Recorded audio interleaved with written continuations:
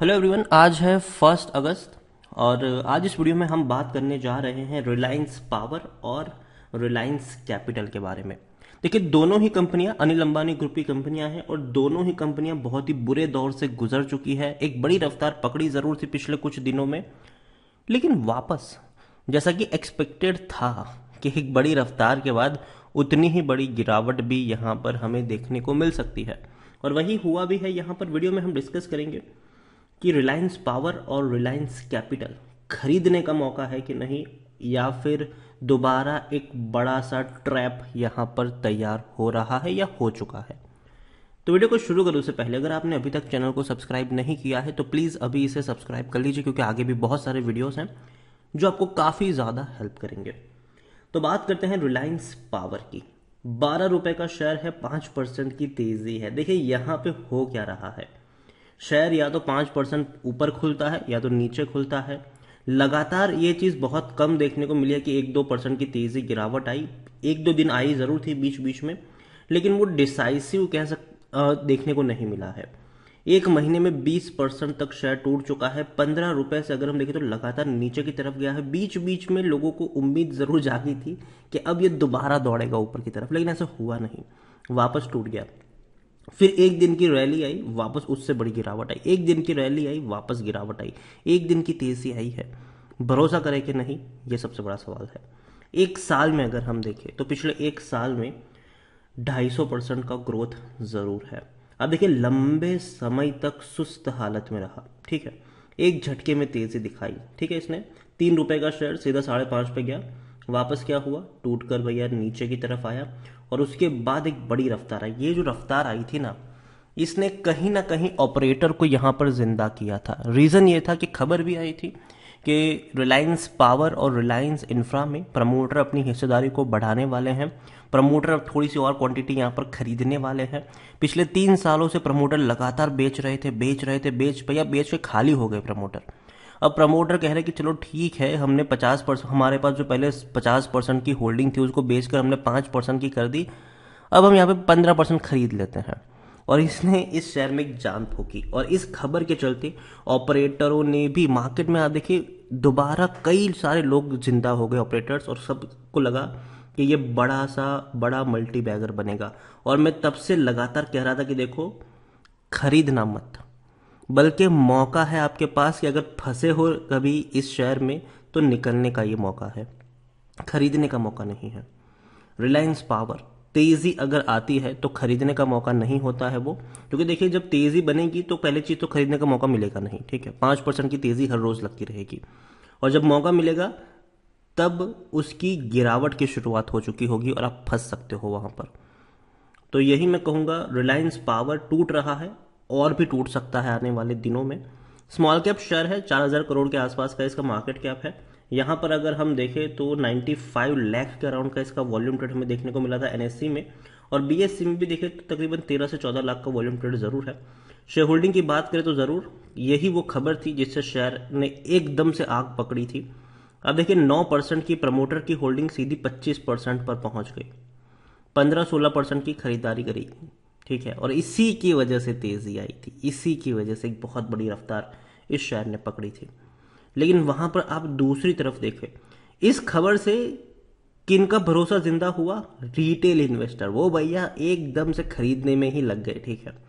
लेकिन दूसरी तरफ एफआईल्स, म्यूचुअल फंड, इंश्योरेंस कंपनी, कोई खरीदारी नहीं कर रहा था, ठीक है। वो लोग अपनी होल्डिंग या तो काट रहे थे या तो थोड़ी सी ही होल्डिंग उन्होंने, कह सकते हैं कि मेंटेन करके चल रहे थे वो। 1.29% की होल्डिंग एफआईएस के पास है, 0.12% की होल्डिंग म्यूचुअल फंड के पास है, 3.16% की होल्डिंग इंश्योरेंस कंपनी के पास देखने को मिल रही है। एलआईसी के पास भी 3.02% की होल्डिंग जरूर है, और प्रमोटर की होल्डिंग हो चुकी है 22% से भी ज्यादा, लेकिन तकरीबन 5% की होल्डिंग उनकी गिरवी भी है। एक और चीज अगर हम देखने की कोशिश करें, रिलायंस पावर में टेक्निकल रेटिंग अभी भी अच्छी नहीं है, गिरावट के संकेत है, नीचे की तरफ शेयर जा सकता है।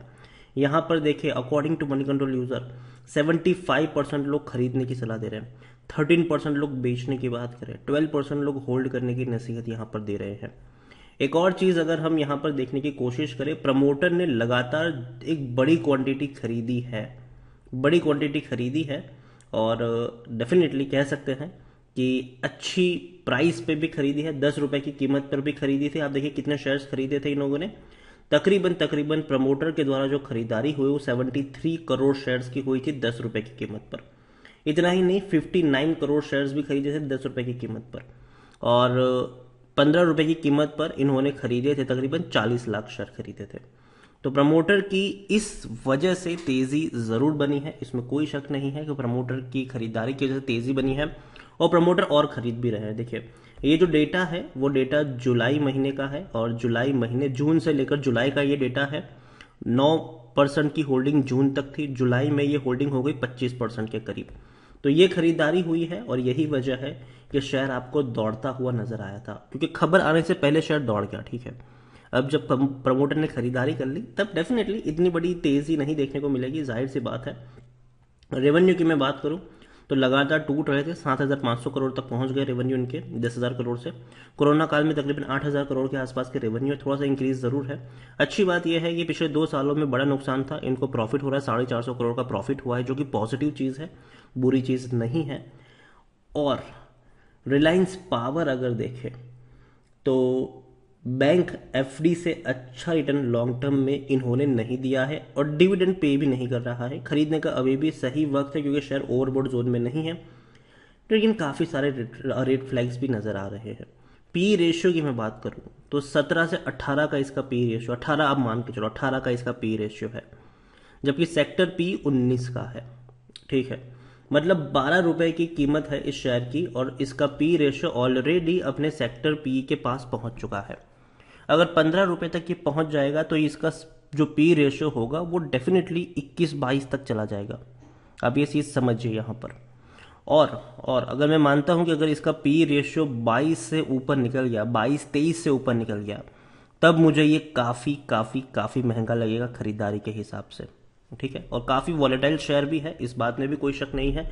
कोई भी एनालिस्ट यहाँ पर आपको सलाह देने से बचते हैं क्योंकि रिस्की शेयर है और ऐसे में लोग बचते हैं सलाह देने से।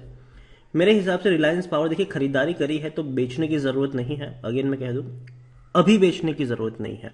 ठीक है, क्योंकि देखिए नीचे की तरफ आया है, कोई ना कोई न्यूज दोबारा पंप की जाएगी, दोबारा थोड़ी बहुत रफ्तार पकड़ेगा, लेकिन खरीदने की सलाह भी नहीं है। ठीक है, अगेन मैं कह दूं, अगर खरीदारी नहीं करी है तो भैया खरीदना मत। ठीक है, यहाँ पर और मौके बनेंगे 10 रुपए के नीचे अगर शेयर जाएगा तो दोबारा हम इसको इवेल्युएट जरूर करेंगे और देखेंगे कि क्या पोजीशन है इसकी, लेकिन फ्रेश बाइंग करने की सलाह नहीं है। 10 रुपए के नीचे शेयर जाएगा तो वहां पर थोड़े से चांसेस बनते हैं खरीदने के, लेकिन दोबारा मैं उसको इवेल्युएट जरूर करूंगा और वीडियो बनाकर आपको इन्फॉर्म भी करूंगा, लेकिन तब तक खरीदने की सलाह नहीं है। यहाँ पर खरीदारी करके रखी है, 12 रुपए के आसपास है, 15 रुपए के ऊपर निकलता है तो मेरे हिसाब से प्रॉफिट लेने का एक सही मौका आ जाता है यहाँ पर। तब ज्यादा लालच भी नहीं करना चाहिए कि चलो मैं अभी 15 गया, अभी भी मैं 50 का वेट करूंगा, तो वो भी नहीं करना चाहिए यहाँ पर। ओवरऑल रिलायंस पावर, मुझे देखिए कंपनी में जो प्रमोटर ने किया है डेफिनेटली मैं उसका वेलकम करूंगा। अच्छी बात है, प्रमोटर ने अपनी हिस्सेदारी है उसको बढ़ाया है, जो बहुत अच्छी बात है। लेकिन प्रमोटर कितने देर तक यहाँ पे रहेंगे वो एक सबसे बड़ा सवाल है, क्योंकि प्रमोटर पहले भैया जिस तरीके से बिकवाली करके निकले थे, कहीं ना कहीं एक मन में डर जरूर रहता है इन निवेशकों के कि भैया आगे क्या होगा। लेकिन मेरे हिसाब से अच्छा होना चाहिए। प्रमोटर इतनी बड़ी क्वांटिटी लेकर आए हैं, मुझे लगता है ये शायद प्रमोटर थोड़ी और लंबे समय तक रुक सकते हैं। ट्रेंड थोड़ा सा पॉजिटिव इसका रह सकता है, लेकिन नीचे की तरफ शेयर, इसका जो चार्ट पैटर्न है वो नीचे की तरफ जा रहा है, शेयर डाउन ट्रेंड में है। तो सबसे पहले ये जो फ्री फॉल है उसका रुकना जरूरी है और मुझे लगता है कि 10 रुपए के आसपास ये शायद रुक सकता है और वहां पर शायद खरीदने के मौके भी बन सकते हैं। दूसरा शेयर है रिलायंस कैपिटल, 18 रुपए का ये शेयर है और एक महीने में देखें तो इसमें भी फ्री फॉल है। देखिए जब तेजी आई थी तो Reliance infra, Reliance power, Reliance capital, RCom, सब भैया सब दौड़ रहे थे और जब प्रॉफिट बुकिंग आई तो सब टूट गए, 24% की गिरावट।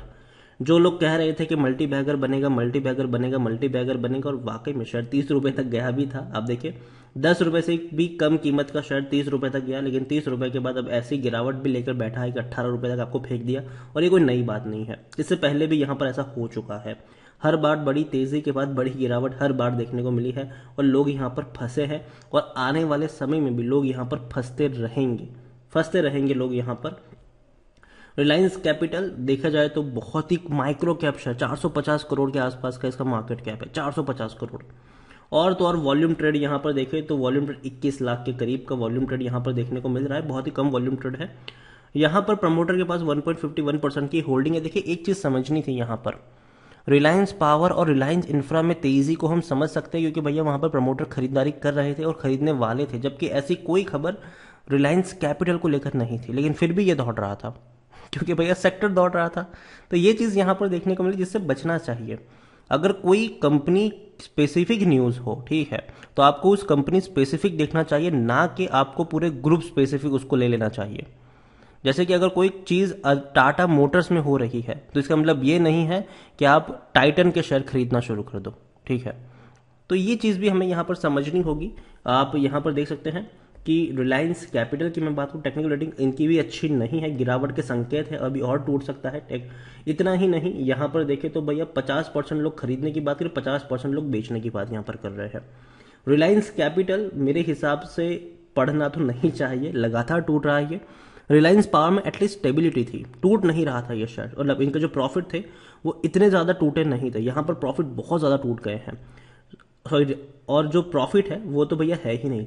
रेवेन्यू में काफ़ी हद तक गिरावट थी, आप देखिए 550 करोड़ का रेवेन्यू था, 560 करोड़ का रेवेन्यू, और वहाँ पर जो नुकसान था वो सीधा 11,000 करोड़ का नुकसान। तो ऐसी कंपनी में कोई क्यों लगाना चाहेगा पैसा, जहां इनकम 500 करोड़ है और 11,000 करोड़ का नुकसान हो। वहां पर पहली चीज है भैया, आप हमेशा कोई भी शेयर खरीदो पहले चेक करो। प्रमोटर की होल्डिंग भी आप देखो, प्रमोटर के पास 2% की भी होल्डिंग नहीं है, 1.51% की होल्डिंग ही प्रमोटर के पास बची है। मेरे हिसाब से रिलायंस कैपिटल दूर से ही इसको सलाम करना चाहिए और निकल जाना चाहिए, पढ़ना बिल्कुल भी नहीं चाहिए। हर बार ऐसे ट्रैप तैयार होंगे यहाँ पर जो आपको अट्रैक्ट करेंगे कि भैया 9 रुपए का शेयर 30 पे पहुंच गया, अब ये 50 पे जाएगा, मैं खरीद लेता हूँ। जी नहीं, मत करो ऐसा, क्योंकि ये वापस नीचे जाएगा। फंडामेंटल हमेशा चेक करो किसी भी कंपनी के। कोई कंपनी अगर दौड़ रही है तो किस बेसिस पे दौड़ रही है वो भी चेक करो। अगर रिलायंस पावर को लेकर खबर थी तो ऐसा ज़रूरी नहीं है कि रिलायंस कैपिटल के लिए भी वो अप्लीकेबल हो, तो उस चीज़ को भी हमेशा ध्यान रखिए। और मेरे हिसाब से अवॉइड करना सबसे बेस्ट तरीका होगा। ये जो थोड़ी बहुत भी तेज़ी दोबारा लौट के आई है ये वापस नीचे की तरफ ही लेके जाएगी, तो मेरे हिसाब से पढ़ना तो यहाँ पर नहीं चाहिए, अवॉइड ही करना चाहिए। वीडियो को यहीं पे एंड करूँगा। पसंद आया हो तो लाइक करें, शेयर करें। चैनल पर अगर आप पहली बार आए तो प्लीज़ सब्सक्राइब करें। और रिलायंस कैपिटल और रिलायंस पावर दोनों में से आपको कौन सा शेयर पसंद है वो भी आप मुझे कमेंट में लिखकर बता सकते हैं। Thank you.